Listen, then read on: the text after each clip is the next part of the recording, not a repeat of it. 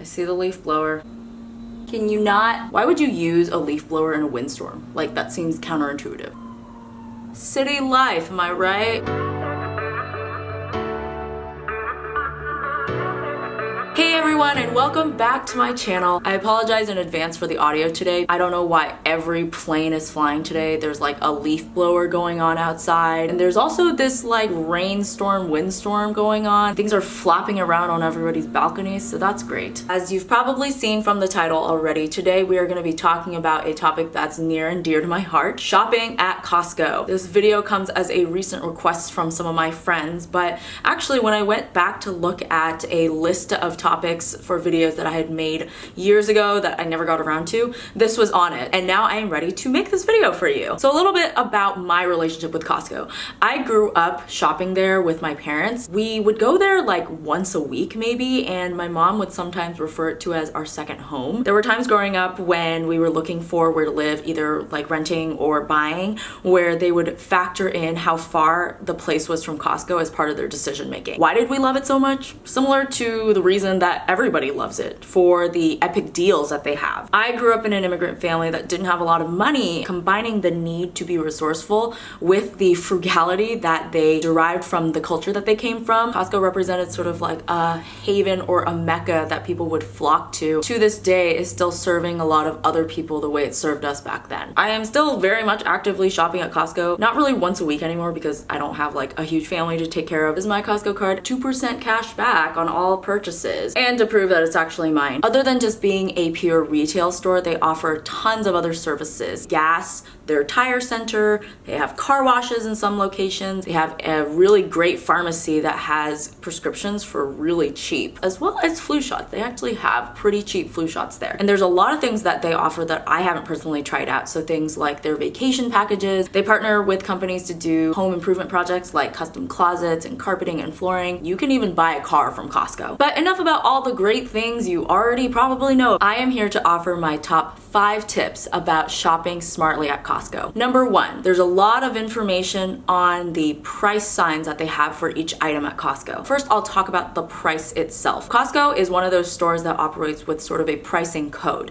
And there are other stores that do this. I've heard of Walmart doing it and Target doing it. There are a couple of prices that can tell you things. So the first is when something ends in a number 7. I do have a friend who works for Costco, and I was told that the number 7 is a way to help with bookkeeping so that they can designate that something is on clearance. So when something ends in 7, especially when it says 97, that might be the lowest price that you see it at before it gets taken out of the inventory. There are times in which things can get further discounted depending on how things sell, but if something that you really want ends in 97 already, then I would highly recommend snatching it up before it sells out. The next numbers to look out for are anything that ends in an 88 or a whole dollar amount. They are manager specials and they are warehouse specific. Probably only gonna find in store, you're not gonna find them online. I've definitely encountered in store where it's like the last one of that item in the store and they just like need to get rid of it. They'll stick the sign directly to that item. You just take the sign home with you and do whatever you want with it. Sadly, I usually throw them away. Otherwise, that would have been a great visual aid for this video. The next part of looking at one of these price signs is noticing the presence of an asterisk. So this is going to be in the upper right corner most likely. I swear to you, once you start looking for them, you will never be able to stop seeing them. What the asterisk indicates is that the item itself will not be restocked once it sells out. A lot of times they will be paired with a discounted price, so like a clearance price that ends in 7, but not always. As far as whether they're like permanently discontinued or not, it really depends on the item. I've definitely seen some items that are just kind of like replaced by a newer version of the item, so it's not really like it's being discontinued. Also seen a lot of seasonal things go in and out, especially for like holiday, Christmas items. It's not that they're gonna go away forever. They're just not gonna be back until the next like September or October, whenever the Christmas retail season starts nowadays, which seems to be getting earlier and earlier every year. Sometimes it is the right move to stock up on it before they run out, and sometimes it is not, and you just have to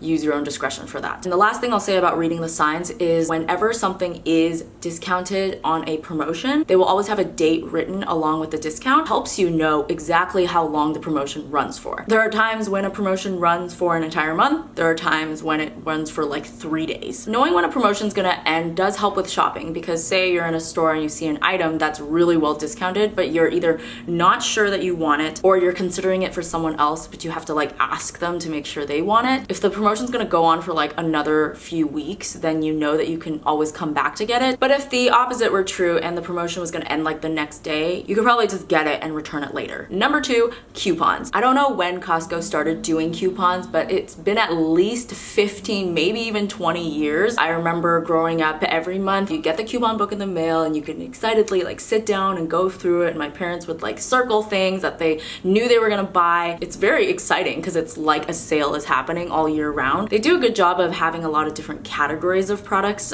be on sale. Typically these promotions run like an entire month or just short of that. The coupon books don't run like end to end. There's actually going to be usually a gap between books, about like a week or a week and a half. They do tend to show up in the mail well before the deals become active, but for people who really want an insider look, there's literally a website called Costco Insider that usually has a preview of the coupon book maybe 1 or 2 weeks before Costco releases it. For most people, it probably does not make a difference whether they hear about the deals a week in advance or 2 weeks in advance. Shopping and finding deals are my hobbies, so this is what I like to spend my time doing. Besides the coupons, which usually are available online and in store, there are also deals that are online only and deals that are in store only. They may not be advertised in the coupon book itself, and they actually might run only for a short amount of time. There have been deals I've seen that have only run for like 2 weeks out of a month or a week. The point being that it's good to pay attention to what's in the coupon book, but to know that's not nearly all the deals that go on within a month. This next thing is an anecdotal piece of advice. Again, only what my experience is,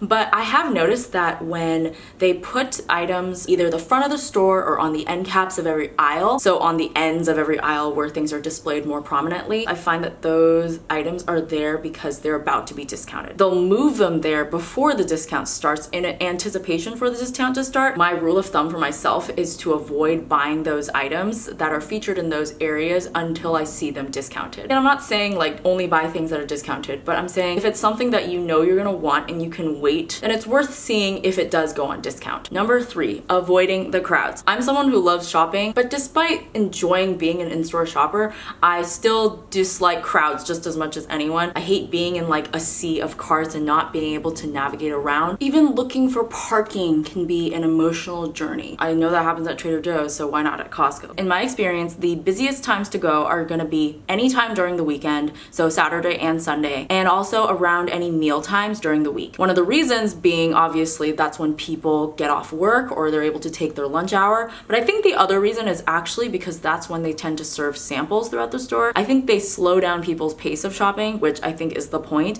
but also it encourages people to stop in the middle of aisles, and that creates a lot of congestion. It's just like any traffic jam where one point of congestion leads to a trickle effect and then everything behind it slows down. Costco samples are definitely a big reason to be going to Costco, but I can honestly say that I have not had samples for a really long time because I avoid shopping in the times that they have them. I have had my fair share of samples over the years, so I don't feel like I'm missing out or anything. The exact times I'm talking about are gonna be anytime after like 7 to 7:30 p.m. and for a lot of Costco's that's gonna be like the last hour that they're open. All the Costco's that I've encountered at least tend to open around 10 a.m. on weekdays, so it's gonna be the first hour or the last hour that you wanna go on a weekday. Not to out myself as a totally lame person, but Friday nights I've found are the best days to go. If there's one thing you should take away from this video, it is that to spend your Friday nights at Costco. Obviously I'm kidding, but the truth is that most Costco's do close early enough that there are plenty of hours that you could be using to go out and live your life. On Saturdays, they do open an hour earlier, usually around 9 a.m., but I've usually found that people are lined up to go in,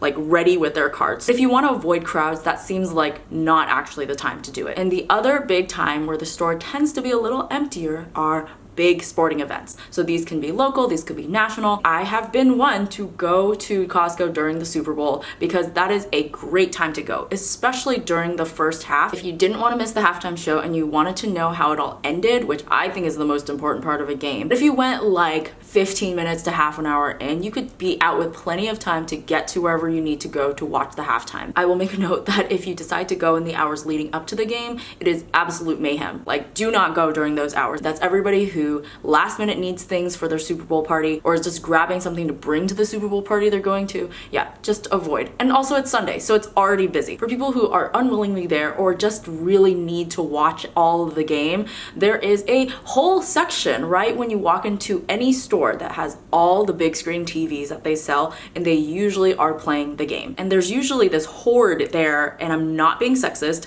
of a bunch of dudes just with their carts taking up a lot of space in that area, crowded around a TV. Hey, it's not a bad idea, especially if it's better than your TV at home. This also applies to your local events. If you live in a city that has a big sports following, whenever big thing is happening in your city, that's when people are gonna be like in homes, in bars, watching those things and not in Costco. So especially if you're not into sports, it is a great time to go shopping. We are pushing through, we are making it to number 4. Another way to avoid crowds is to shop online. This is one of those hidden gems that I just feel like is a really undertapped resource. The first part is that you don't even need a Costco card to shop at Costco.com. There are going to be items that are marked members only, but there are plenty of things that are not. The most obvious advantage, of course, avoiding crowds, like getting things shipped straight to you, just the convenience of it all. The second thing is that you have access to so many more items than you do in store. Like seriously, if you have not checked it out, you really need to. They sell some of the most ridiculous items there. I've heard of people talking about them selling caskets. They do sell those online. A lot of the bigger home things that they're not able to display in store, they have random things like that. I once saw this like car camper thing, which was really cool. It's a tent that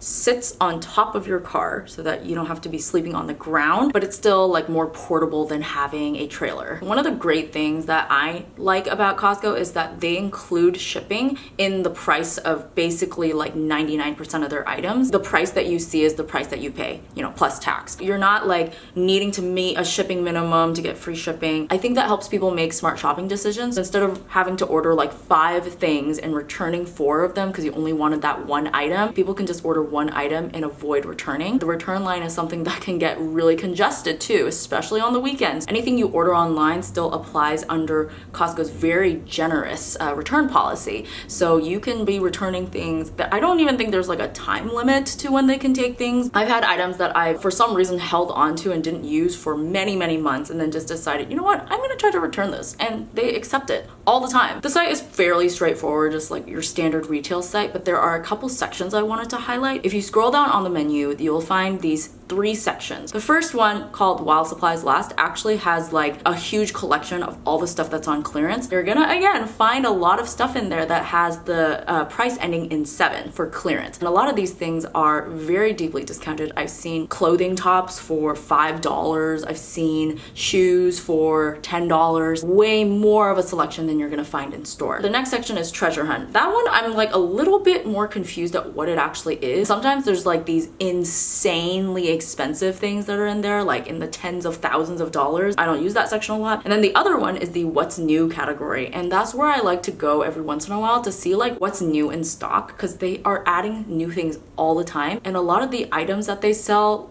out before they're able to go on discount. Knowing that it's Costco, it's already most of the time a deal. I like to see what comes in straight away so that I can make sure I get my hands on things. The promotions that you see online follow a similar rule to what you see in stores. They will tell you when the promotion runs until, so you can plan accordingly. Sometimes when a promotion happens, the end date passes and what's happening is not that it's going back to its regular price, it's actually being discounted more. It's pretty uncommon, but it has happened to me a couple times. So what I've ended up doing is getting a price adjustment. They usually will honor that if it's anywhere from like 2 weeks to 30 days, I think. Definitely check the policies on that if that happens to you. We have finally made it to number 5. And this is more like a word of caution to people who shop at Costco. Saving money and getting good deals is an essential part of the Costco shopping experience, but I want you to be wary that it is not always the best deal in every case. There are things that are on sale at Costco that are actually a little bit more expensive than you might find in other stores. An example that one of my friends told me is that at least in our local area, the price that they sell macadamia nuts at Costco is a higher price per pound than it is at Target. Other stores run promotions all the time. You really do have to price compare if you want the best deals. The other thing to talk about is the unseen Costco tax. The first part of that is that if you're buying especially perishable items that have an expiration date and you have to buy this huge container of it from Costco and you don't use all of it before it expires, it can actually cost you more than if you bought something in smaller increments at regular intervals. The other part of that Costco tax is that things take up space. So in our modern day and age, a lot of people don't have a lot of space. If something is sitting and taking up space and it's months before you can use it, that is an unforeseen cost where you could have used that space for something else that is more productive. These are all factors that I consider when I shop at Costco, and I hope that you do the same. I could talk about Costco pretty much all day, but for your sake, I will not. Let me know what your experience shopping at Costco has been like and whether you have more tips and tricks that I could be using. As always, please remember to like, subscribe, and comment on this video to let me know what you thought. And until next time, I will see you guys then.